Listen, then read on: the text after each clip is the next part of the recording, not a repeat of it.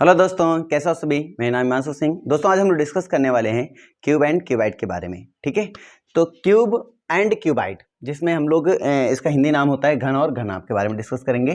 घन और घनाभ में बस इतना ही डिफरेंस होता है कि घनाभ में साइड डिफरेंट डिफरेंट हो सकती हैं, ठीक है, बट हमारे पास जो घन होता है यानी कि क्यूब होता है उसमें ऑल साइड क्या होती हैं, इक्वल होती हैं। बस आपको ये याद रखना है। तो चलो हम आपको प्रैक्टिकली बताते हैं कि हमारे पास क्यूब क्या होता है, क्यूबाइड क्या होता है, उनके सरफेसेस कैसे हम लोग काउंट करते हैं, उनके एड्स क्या होते हैं, उनके वर्टेक्सेस क्या होते हैं, सरफेस एरियाज क्या होता है, ठीक है, और डायगोनल क्या होता है। इन सभी बातों पर हम लोग डिस्कस करेंगे और फिर इनके प्रॉब्लम भी हम लोग सॉल्व करेंगे। ओके, स्टार्ट करते हैं। दोस्तों फर्स्ट ऑल हम लोग सरफेस के बारे में जानेंगे। सरफेस एक्चुअली में क्या होता है, जैसे कि आपको ये जो दिख रहा है, ये आपको जो दिख रहा है इसको हम सरफेस कहते हैं। ठीक है, ये भी क्या होता है, एक सरफेस होता है। व्हाइट बोर्ड क्या है, एक सरफेस होता है। ठीक है, तो सरफेस आपको पता होना चाहिए कि सरफेस क्या होता है, तो उसी की कहानी हमारी चलने वाली है। जैसे कि हम बात करें टोटल सरफेसेस यहाँ पे कितने हैं, तो आपके पास ये क्यूबाइड दिख रहा है। ठीक है, इस क्यूबाइड में आपको सरफेसेस कितने हैं वो काउंट करने हैं। तो अगर मैं काउंट करूँ तो मेरे पास ये पहला सरफेस हो गया, ठीक है, और ये मेरे पास हो गया दूसरा। देखो अगर मैं इसको इस तरह से रखता हूँ तो आप देख रहे होंगे कि एक ये सरफेस हो गया, ये सरफेस हो गया आपका पहला, ये दूसरा, और ये इधर तीसरा, और ये इधर चौथा, फिर ये ऊपर पांचवा, और ये फिर नीचे वाला छठवां। तो सरफेस अगर काउंट करने की बात किया जाए तो सरफेस इजीली आप काउंट कर सकते हैं कि पहला, दूसरा, तीसरा, चौथा, और ये पांचवा, और ये छठवां। तो इस टाइप से कितने सरफेस हो गए इसमें, तो सरफेसेस हो गए यहाँ पर 6। कितने हो गए इसमें सरफेसेस, 6। ठीक है, तो 6 सरफेसेस हो चुके हैं। सरफेस यानी हिंदी में पृष्ठ बोलते हैं। ठीक है, अगर हम बात करें यहाँ पर सरफेस तो हमारे पास हो गया। Okay done. फिर अगर मैं बात करूँ किनारों की यानी एड्स की बात करूँ, या फिर इसी को साइड बोलते हैं यानी भुजा बोलते हैं, तो देखते हैं कि एड्स हमारे पास क्या क्या होता है। तो देखोगे तो ये जो होता है, ये जो हिस्सा होता है जिसको मैं टच कर रहा हूँ, आप देख पा रहे होंगे, ये जो हिस्सा होता है इसको हम कहते हैं क्या, इसी को हम कहते हैं एड्स यानी किनारा। तो अगर आप काउंट करें कितने होते हैं, तो एक ये हो गया आपका 1 2 3 4 तो ऊपर साइड हो गए, और 4 ही नीचे साइड होंगे अगर काउंट करोगे। ठीक है, 5 6 7 8 4 नीचे साइड हो गया। और अब ध्यान से देखोगे तो ये भी तो किनारा ही हुआ। ठीक है, तो ये भी क्या हुआ, किनारे। तो 4 ऊपर हो गए, 4 नीचे हो गए, और 4 इधर से देखो 1 2 3 एंड 4। तो 4 ऊपर, 4 नीचे, 4 आपके जो साइड में है, ये 1 2 3 4 ये। तो टोटल कितने हो गए, 4 4 और 4, यानी कि टोटल हो गए 8। 4 ऊपर 4 नीचे तो 8 हो गया, और 8 4 साइड में तो 12 हो गए।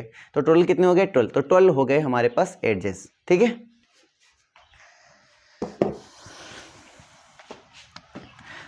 तो हमने क्या सीखा कि हमारे पास एक क्यूबाइड है। क्या है हमारे पास, एक क्यूबाइड है। क्यूबाइड कुछ इस टाइप से है हमारे पास। ठीक है, इसमें हमने देखा कि जो सरफेस होते हैं, ठीक है, वो सरफेसेस कितने होते हैं। सरफेस यानी कि ये व्हाइट बोर्ड भी एक टाइप का क्या है, एक सरफेस है। तो सरफेस यानी कि हिंदी में बोलते हैं उसको पृष्ठ। अगर हम ये काउंट करते हैं तो ये हमारे पास निकल के हैं 6। कितने निकल के हैं, 6। लेकिन अगर हम एड्स की बात कर लेते हैं, एड्स यानी कि किनारा, ठीक है, तो किनारे कितने होते हैं इसमें, तो किनारे हो गए हमारे पास 12। ये तो आपको समझ में आ गया होगा कि एड्स क्या होते हैं, है ना, सरफेस क्या होते हैं। ठीक है, अब हम बात करेंगे, नेक्स्ट पॉइंट हमारे पास आता है वर्टेक्स। ठीक है, वर्टेक्स यानी कि शीर्ष, वो कितने होते हैं। फिर हम यहाँ पे बात करेंगे वर्टेक्स की जब बात हो जाएगी, ठीक है, तो मैं बात कर लूँगा आगे सरफेस एरियाज़ की बात करूँगा, जो भी हम डिस्कस करेंगे। पहले हम वर्टेक्स डिस्कस कर लेते हैं, फिर हम सरफेस एरिया भी डिस्कस करेंगे कि टोटल सरफेस एरिया क्या होता है, लेटरल सरफेस एरिया क्या होता है। ठीक है, और आपको हम बताएंगे। तो यहाँ तक एक बात समझ में आ गई होगी, सरफेस इसमें पृष्ठ कितने होते हैं, टोटल 6 होते हैं। एड्स कितने होते हैं इसमें, 12 होते हैं। ठीक है, अब मैं वर्टेक्स काउंट करके आपको दिखाता हूँ और फिर समझते हैं। वैसे भी आप काउंट कर पा रहे होंगे, वर्टेक्स यानी कि किनारे होते हैं, ये कॉर्नर, ये जो कॉर्नर होते हैं हमारे पास शीर्ष होते हैं, इनको शीर्ष बोलते हैं। ठीक है, तो ये हमारे पास शीर्ष होते हैं, ये शीर्ष होते हैं। तो काउंट करो 1 2 3 4 5 6 7 8। कितने आए टोटल, 8 आए। फिर भी मैं आपको इसमें काउंट करके दिखा देता हूँ। हमारे पास ये देखो, हमारे पास क्यूबाइड हो गया। काउंट करो तो ये 1, ये 2, ये 3, ये 4, ये 5, ये 6, ये 7, और ये आपका 8। 1 2 3 4 5 6 7 8। टोटल कितने निकल के आए हमारे पास, 8 निकल के आए। ठीक है, तो यहाँ पे आपकी काउंटिंग निकल के आई है कितनी, 8। ये बात आपको समझ में आ गया होगा, ठीक है। अब हम बात करते हैं lateral surface area. Lateral surface area यानी कि चारों दीवारों का क्षेत्रफल, चारों दीवारों का क्षेत्रफल। जब हम चारों दीवारों को क्षेत्रफल पूछेंगे तो आप ध्यान से देखो, आप ऐसा मान लो कि आपने कोई जगह खरीदी, तो जगह खरीदने के लिए, कवर करने के लिए हमारी जगह कितनी है उसको कब्जा जमाने के लिए आप क्या खड़ा कर देते हो, बाउंड्री खड़ा कर देते हो, ठीक है। तो वही मान लीजिए हमने यहाँ पे एक जगह खरीद ली है, ये देखो आपके सामने एक जगह दिख रही होगी ये, ठीक है। अगर ध्यान से देखोगे तो ये जो हमारे पास हो गए, ठीक है, ये जो हमारे पास हो गए, ये इनके वॉल्स हैं, क्या है, वाल। तो यहाँ पे अगर काउंट करो वाल कितने हो रहे हैं, तो आप काउंट कर पा रहे होगे 1 2 3 4, ये 4 वाल हो गए हमारे पास। आप देखोगे ये 4 वाल जो है एक टाइप के सरफेसेस हैं, क्या है, सरफेसेस हैं। इनको इधर से ध्यान से देखोगे तो ये सरफेस है, एक टाइप का क्या है, सरफेस। आपको पता होना चाहिए जब भी ऐसा इंटरफेस दिखता है तो उसको हम रेक्टेंगल कहते हैं, क्या कहते हैं, रेक्टेंगल कहते हैं। और रेक्टेंगल का जो एरिया होता है वो होता है लेंथ इंटू ब्रीथ, क्या होता है, length into breadth. This is length and this is breadth. अब वहाँ पे यानी कि लेंथ इंटू ब्रीथ ना ऐसा समझ सकते हो, ऐसे समझ लो कि ये जो हमारे पास किनारा होता है और इस किनारे का जो प्रोडक्ट होता है वही कहलाता है हमारा इसका एरिया। तो यहाँ पे ये किनारे में हमारे पास है लेंथ और इस किनारे में हमारे पास है हाइट, तो इसका जो एरिया बन जाएगा, इसका एरिया वो क्या हो जाएगा, हाइट इंटू लेंथ। तो इसका एरिया मैं आपके सामने लिख रहा हूँ, देखो मैं इसका आपके सामने लिख रहा हूँ, इसका एरिया बन गया हाइट इंटू लेंथ, ठीक है। ये एरिया हो गया हाइट इंटू लेंथ। पहली वॉल का एरिया मैंने निकाल लिया, देखो यहाँ 4 दीवार थी, पहली दीवार ये होगी, इसका हाइट इंटू लेंथ आ गया। अब हमें इसका काउंट कर लेना है, इस वाले का।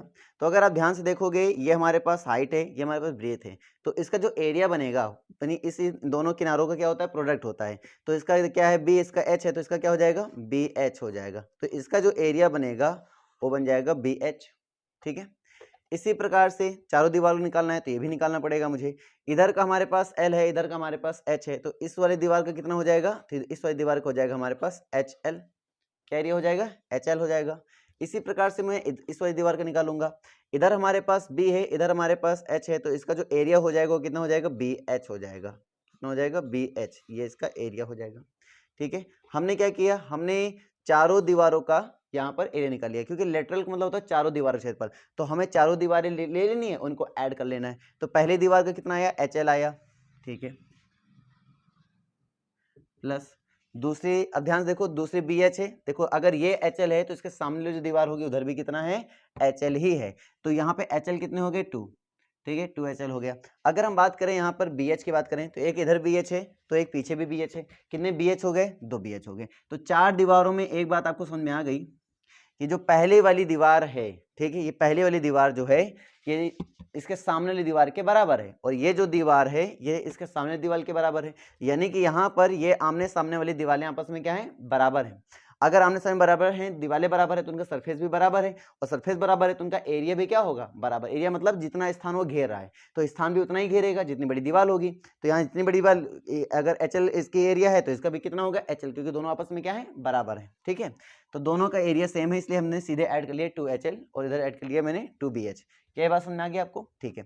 और हमने ये जो क्यूबाइड ले रखा है इसकी जो हाइट है उसको हमने H मान रखा है, इसकी जो लेंथ है उसको मैंने L मान रखा है, और इसकी जो ब्रीथ है, ये इसको ब्रीथ बोलते हैं, चौड़ाई, ये होती है ऊंचाई, ये होती है लंबाई, ठीक है। जो इसकी ब्रीथ है यानी कि चौड़ाई है उसको मैंने B मान रखा है, ठीक है। तो आप कह भी सकते हैं कि यहाँ पे हमने जो लेंथ ले रखा है वो हमने लेंथ ले रखा, लेंथ हमने ले रखा L, हमने ब्रीथ ले रखा है, ठीक है, ब्रीथ हमने ले रखा B, और जो हमने हाइट ले रखा है, हाइट वो हमने ले रखा है H, और हमारे पास जो फॉर्मूला बन गया है बाकी तुम्हारे सामने लिखा है, ठीक है।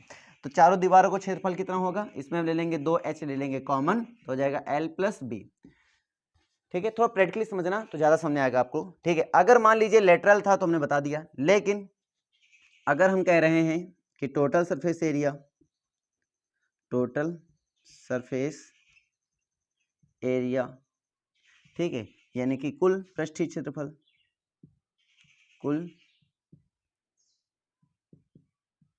पृष्ठीय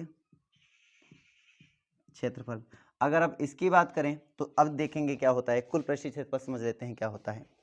अब हमारे पास क्या है, हमने 4 दीवार लेकर कब्जा कर लिया, नीचे प्लास्टर डाल दिया, ऊपर हमने छत डाल दिया, तो पूरा हमारा बॉक्स तैयार हो गया। तो आप देखोगे बॉक्स कब तैयार हुआ, नीचे भी हमारे पास एक सरफेस हो गया, ऊपर भी सरफेस हो गया, और चारों दीवारें हमारे पास थी। यानी चारों दीवारों में, यानी 4 दीवार तो हमारे पास थी, लेकिन इसमें एक साइड में और जोड़ रहा हूँ, वो क्या है, ऊपर की छत और नीचे का बेस। ठीक है, बेस अगर हम देखेंगे तो हमारे पास इधर की चौड़ाई है, इधर हमारे पास लंबाई है, यानी कि इधर बी है, इधर हमारे पास एल है। तो इस जो सरफेस है, इस सरफेस का एरिया क्या बन जाएगा, बी एल हो जाएगा, यानी एल बी हो जाएगा। ठीक है, और इस सरफेस का एरिया क्या हो जाएगा, ये भी एल बी है, क्योंकि दोनों सेम है, अपोजिट है एक दूसरे। छत और हमारे पास जो नीचे की सरफेस, ऊपर की छत जो होता है, वो एक दूसरे क्या होता है, अपोजिट होते हैं, और यहाँ पे अपोजिट है, सेम भी है। तो इसका मतलब अगर ये भी एल बी है तो इधर वाला भी क्या होगा, एल बी ही होगा। तो सरफेस मतलब एरिया, सरफेस एरिया मतलब जगह कितना सरफेस में कवर कर रहे हो उसका एरिया। तो मैंने कितना एरिया कवर किया ऊपर साइड में, तो ऊपर साइड में मैंने लेंथ इंटू ब्रीथ यानी कि एल बी कवर किया। नीचे वाले में कितना कवर किया, मैंने लेंथ इंटू बी, यहाँ पे भी एल बी ही कवर किया। ठीक है, तो यानी कि चारों दीवारों में हमारे पास क्या ऐड हो जाएगा, केवल और केवल एल बी और ऐड हो जाएगा। 2 एल बी हमने ऐड कर लिया। तो हमारे पास पहले से था 2 बी एच था, हमारे पास इधर क्या था, 2 एच एल था। तो हमारे पास जो एरिया बन गया वो क्या हो गया, एरिया हो गया 2 ले ले कॉमन, तो L B plus B H और प्लस एच एल। ठीक है, और ये बन जाता है टोटल सरफेस एरिया का फार्मूला। टोटल सरफेस एरिया का फार्मूला बन जाता है, और ये बन जाता है लेटरल सरफेस एरिया का फार्मूला। ये लेटरल सरफेस एरिया का फार्मूला बन जाता है, एल एस ए और टी एस ए। ये बात आपको समझ में आ गया होगा। ठीक है, अब अगर मैं बात कर रहा हूँ, थोड़ा सा ध्यान देना, वैसे कि आप लोग ये बात जानते भी होंगे कि अगर मैं एक रेक्टेंगल का क्या पूछूं, अगर मैं एक रेक्टेंगल का सिंपली एक मैं कोई रेक्टेंगल ले लूं और उसका मैं पूछूं कि डायगोनल क्या होगा, तो बोलोगे सर अपोजिट जो वर्टेक्सेस हैं उनको मिलाने वाला जो लाइन सेगमेंट होगा उसको हम बोलते हैं डायगोनल। ठीक है, यानी कि सम्मुख शीर्ष को मिलाने वाले रेखाखंड को क्या कहते हैं, विकर्ण कहते हैं। डायगोनल को विकर्ण भी कहते हैं।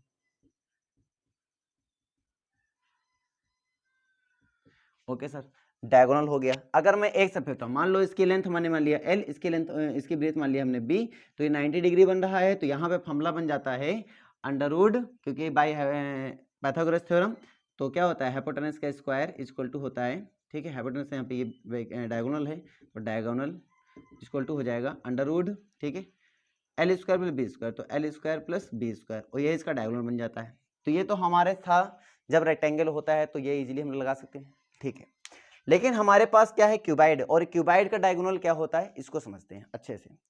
अब हमारे पास क्या है, देखो हर एक सरफेस का डायगोनल हमें पता है। जैसे मान लीजिए एक सरफेस है, तो इसका डायगोनल क्या होगा, इसके जो अपोजिट शीर्ष होते हैं इनको मिला दो, तो इसको मिला देंगे तो डायगोनल मिल जाएगा।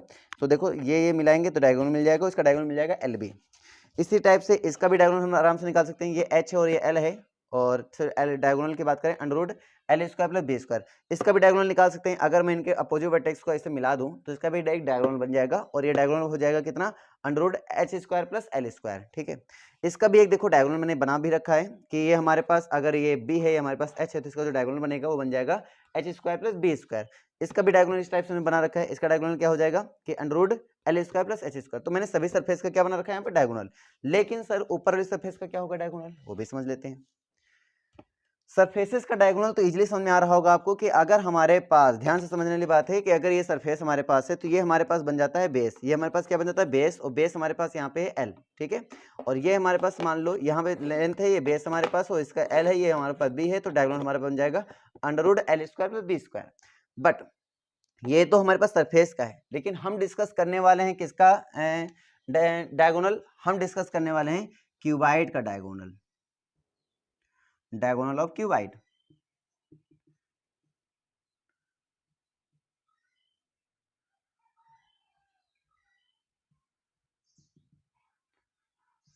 इसका मतलब हुआ, इसका हम विकर्ण डिस्कस करने वाले हैं।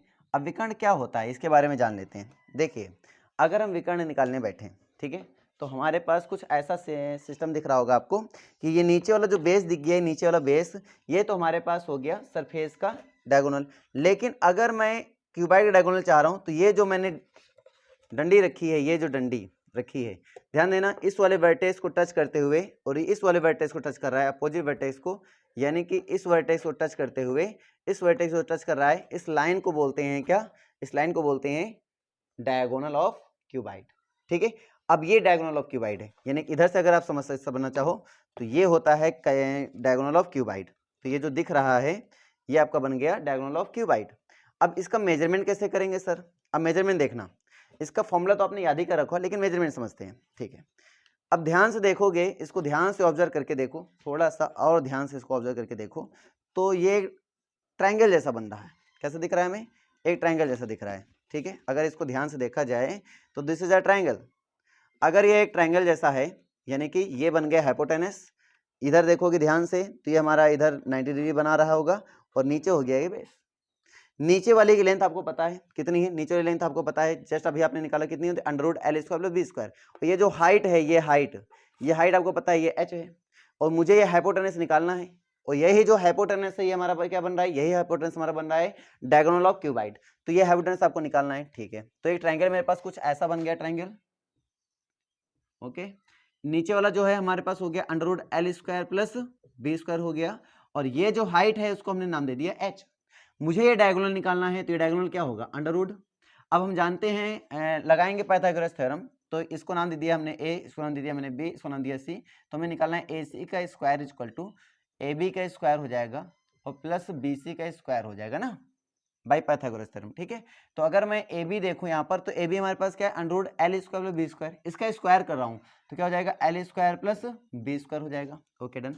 और मैं क्या कर रहा हूँ, सीधे BC के स्क्वायर कर रहा हूँ, BC मतलब h है, तो प्लस का क्या हो जाएगा, h का स्क्वायर हो जाएगा, राइट। और क्योंकि मुझे AC आया मेरे पास, तो मुझे निकालना है AC, तो AC = क्या आ जाएगा, √L² + B² + h² हो जाएगा।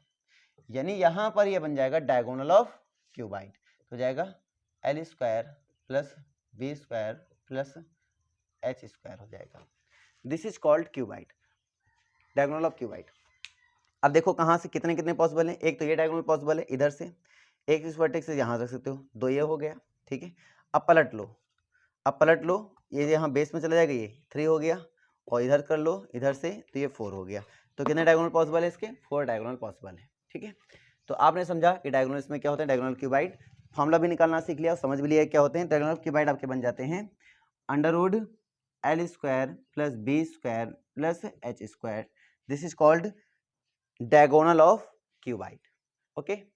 अब हमें ये समझना है क्यूब की क्या सीन होता है, क्यूब और इसमें क्या सीन होता है वो भी हम समझेंगे, लेकिन उससे पहले हमें यह समझना है कि सर यहाँ पर अगर कहीं पे, ठीक है, पैरामीटर आ जाए,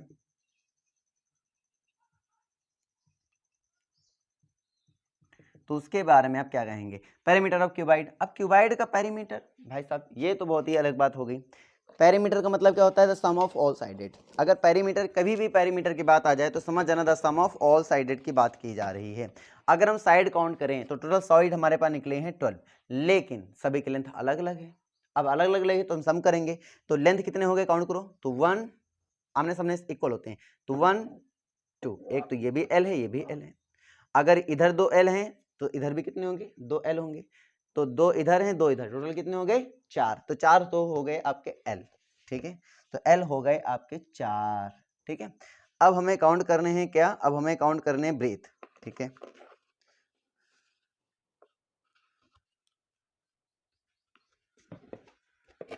अब ब्रेथ काउंट कर लेते हैं, देखो 1 2, 2 ब्रीथ इधर है, तो इधर अगर 2 ब्रीथ अपोजिट में कितने होंगे, 2, तो 2 2 कितने हो जाएंगे, 4। तो हमारे पास आ गए 4 ब्रीथ प्लस। अगर मैं हाइट की बात करूं, एक इधर भी हाइट है, एक इधर भी है, तो 2 इधर हैं तो 2 सामने भी होंगे, तो हाइट की टोटल कितने हो जाएंगे, हाइट भी हो जाएंगे 4, तो हाइट में भी 4 हो जाएंगे, 4h। 4 ले लेंगे अगर हम कॉमन, तो हो जाएगा 4 कॉमन हो जाएगा, तो हमारे पास आ जाएगा L + B और प्लस h। तो हमारे पास फॉर्मूला बन जाएगा, ठीक है, पैरामीटर ऑफ क्यूबाइड। पैरामीटर होता है परिमाप, क्यूबाइड का परिमाप की बात करें, हिंदी में बोलते हैं परिमाप, ठीक है। तो परिमाप इसका कितना हो जाएगा, 4 × L + B + h, क्या होगा, 4 × L + B + h हो जाएगा। क्या ये बातें सबको समझ में आ गई, देख लीजिए एक बार, पूरी बातें क्लियर हो गई। क्यूब और क्यूबाइड में बस थोड़ा सा डिफरेंस है, क्या डिफरेंस है, क्यूब क्या कहता है कि जिसकी जो इसमें डिफरेंट हो सकती हैं उसमें सभी हो सकते हैं, यानी क्यूब को हम क्यूबाइड कह सकते हैं, बट क्यूबाइड को हम क्यूब नहीं कह सकते हैं। Every cube is cuboid, but every cuboid is not cube. तो मैं क्या कर रहा हूँ कि मैं क्यूब की बात कर रहा हूँ, तो जो क्यूब की बात करूंगा तो क्यूब में बस यही डिफरेंस आएगा कि इसकी ऑल साइड क्या हो जाती है, इक्वल हो जाती है। इसकी ऑल साइड क्या हो जाती है, इक्वल। तो जितने भी एल प्लस एल और बी और एच आपने अलग अलग लिया है, तो यहाँ पे एल और बी और एच क्या कर लेंगे, सेम कर देंगे। जब सेम कर देंगे तो उसको साइड को नाम दे दो ए, हमने नाम दे दिया ए। तो यहाँ पे जितने भी साइड्स हैं सब हो जाएंगी ए, क्या हो जाएंगी ए। तो अगर मैंने एक सरफेस का डायगोनल निकाला था, यहाँ एल और बी आया, तो यहाँ पे भी हो जाएगा ए और यहाँ पे भी हो जाएगा ए, क्योंकि both are same, both are same. तो ये हो जाएगा अंडर रूट ए स्क्वायर बन जाएगा, कितना बन जाएगा, अंडर रूट 2a स्क्वायर हो जाएगा, ठीक है। अगर मैं इसका स्क्वायर रूट निकालूं तो हो जाएगा रूट 2a हो जाएगा। यानी किसी भी सरफेस का अगर मैं डायगोनल निकालूं, सिंपली डायगोनल निकाल लूं, तो कितना आ जाएगा, अंडर रूट 2a आ जाएगा। बस ये डिफरेंस है, अंडर रूट 2a, ठीक है, इस तरीके से।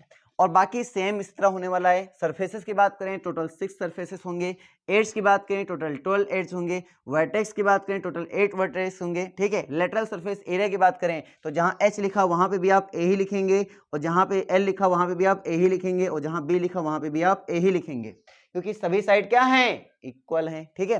तो यहाँ पे क्या होगा, ए और ए कितने हो जाएंगे, 2a, और 2 से मल्टीप्लाई कर देंगे तो यहाँ पे हो जाएगा आपका 4, और a और इंटू ए करेंगे तो हो जाएगा a स्क्वायर, ठीक है। तो यहां से फॉर्मूला बन जाएगा आपका, यहां से फॉर्मूला बन जाएगा आपका 4a स्क्वायर। तो यहाँ पे सब जगह हो जाएगा a स्क्वायर, यहाँ पे हो जाएगा a स्क्वायर। तो आपके पास सीधे बन गया 4a स्क्वायर। आप सिंपली ये कह सकते हैं 4a स्क्वायर। तो क्यूब का लेटरल सरफेस एरिया बन जाएगा 4a स्क्वायर, ठीक है। टोटल सरफेस एरिया में जहां एल बी है वहां पे भी हो गया, एल और बी दोनों जगह पे a स्क्वायर आ जाएगा, इधर भी आ जाएगा a स्क्वायर आ जाएगा, इधर भी आ जाएगा आपका a स्क्वायर आ जाएगा, क्योंकि ऑल साइड ए है। इसका भी a square a square a square a square सभी a स्क्वायर है। टोटल 6 सरफेस होते हैं, एक सरफेस का a स्क्वायर, तो 6 सरफेस का कितना, 6a स्क्वायर। तो सिंपली ये निकल आएगा 6a स्क्वायर, ठीक है, 6a स्क्वायर ये निकल आएगा। अब अगर हम बात करें हमारे नेक्स्ट पॉइंट की बात करें, तो हमारा नेक्स्ट पॉइंट है डायगोनल ऑफ क्यूबाइड। सेम वही बात, जहां क्यूबाइड था वहां पे क्या कर देंगे, क्यूब कर देंगे, तो डायगोनल ऑफ क्यूब बन जाएगा। और अब मैं बात करूंगा तो वही सेम कहानी इसमें भी होगा कि अंदर से हमारे पास जो डायगोनल होगा, सेम सिचुएशन जो हमने दी थी उसमें इसमें भी होगा। बस अंतर क्या है कि इसकी सभी साइड क्या हो जाएंगी, इक्वल हो जाएंगी। तो a square plus a square plus a square, यानी कि इसका डायगोनल क्या बन जाएगा, 1 2 3, तो रूट 3 और a स्क्वायर स्क्वायर रूट कर देंगे तो हो जाएगा रूट 3a। तो इसका जो डायगोनल बनेगा वो क्या बनेगा, रूट 3a, क्या बनेगा, रूट 3a। सरफेस का डायगोनल क्या बनेगा, रूट 2a, और क्यूब का डायगोनल क्या बनेगा, रूट 3a बनेगा, okay. Perimeter of this cuboid, क्योंकि आपको पता है कि इसके एल बी एच तीनों ही ए हैं, सेम है, तो जहां एल है वहां पे भी ए रखेंगे, और जहां पे ये है वो भी ए रखेंगे, ये भी ए रखेंगे, तो 4 3 जा 12, यानी कि 12a हो जाएगा, ठीक है, 12a हो जाएगा। आई होप आपको ये समझ में आ गया, इसका कॉन्सेप्ट आपको क्लियर हो गया है। अब मैं आपको थोड़ा सा बताता हूँ कि इसका काम, मैं आपको जैसे मान लो कहीं पे क्वेश्चन आ जाए, पेंट करने की बात आ जाए, तो जितने में पेंट हो रहा है ना, मिनी सरफेस आप कवर कर रहे हो, उसको क्या है, जैसे मान लो इसमें मैं पेंट कर रहा हूँ, तो मैं क्या कर रहा हूँ, सरफेस कवर कर रहा हूँ। तो जब सरफेस कवर कर रहा हूँ तो एरिया लगेगा, सरफेस एरिया का फॉर्मूला लगेगा, ठीक है। जब मैं पानी भरने की बात करूंगा या फिर पुताई करवाने की रुपाई की बात करूंगा, तो जाहिर बात एरिया निकाल के आप काम करेंगे। लेकिन जब मैं पानी भरने की बात करूंगा या फिर कोई सॉलिड हमारे पास क्यूब है, उसको हम जलाने के पिघलाने के इनकी बात किया जाएगा, तो जब भी ऐसे क्वेश्चन आते हैं तो वहां पे वॉल्यूम का काम आ जाता है। किसका काम आ जाता है, वॉल्यूम। तो यानी कि अगर हम वॉल्यूम ऑफ क्यूब की बात करें, तो वॉल्यूम ऑफ क्यूब में हम अगर बात कर रहे हैं तो हो जाएगा LBH, क्या हो जाएगा, LBH। बट अगर वॉल्यूम ऑफ क्यूब की बात कर रहे हैं, ये क्यूबाइड के लिए है, लेकिन अगर क्यूब की बात कर रहे हैं तो तीनों सेम होते हैं, इसलिए हो जाएगा साइड का क्यूब हो जाएगा, ठीक है। तो आपको याद रखना है, जहां पानी भरने की बात की जाए, जैसे कि स्विमिंग पूल में बात करें, पानी भरने की बात की जाए, कहीं पे भी, ठीक है, या कि सॉलिड क्यूबाइड में कितना लोहा भरा है वो की बात की जाए, डेंसिटी की बात की जाए, तो समझ जाना, उसकी कैपेसिटी की बात की जाए, कितना पानी भर सकते हैं हम, ठीक है, और ये लोहा कितना मोटा है, कितना मोटा है, इसमें वजन आया होगा, ये सारी बात किया जाए, तो समझ जाना यहाँ पर हम वॉल्यूम की कहानी को आगे रिन्यू करेंगे। तो यानी कि वॉल्यूम की जब भी बात आएगी तो इन सभी चीजों से रिलेट करना पड़ेगा आपको, ठीक है। तो अब मैं आपको लेकर चलता हूँ प्रॉब्लम में, फिर मिलते हैं आगे। क्यूबर क्यूबॉइड खत्म करने के बाद फिर बेलन का भी, यानी कि सिलेंडर का भी वर्क आएगा, कोन यानी कि सम का भी कार्य आएगा, इस तरह से हम आपको समझाएंगे। ओके, आगे बढ़ते हैं प्रॉब्लम की ओर। ओके।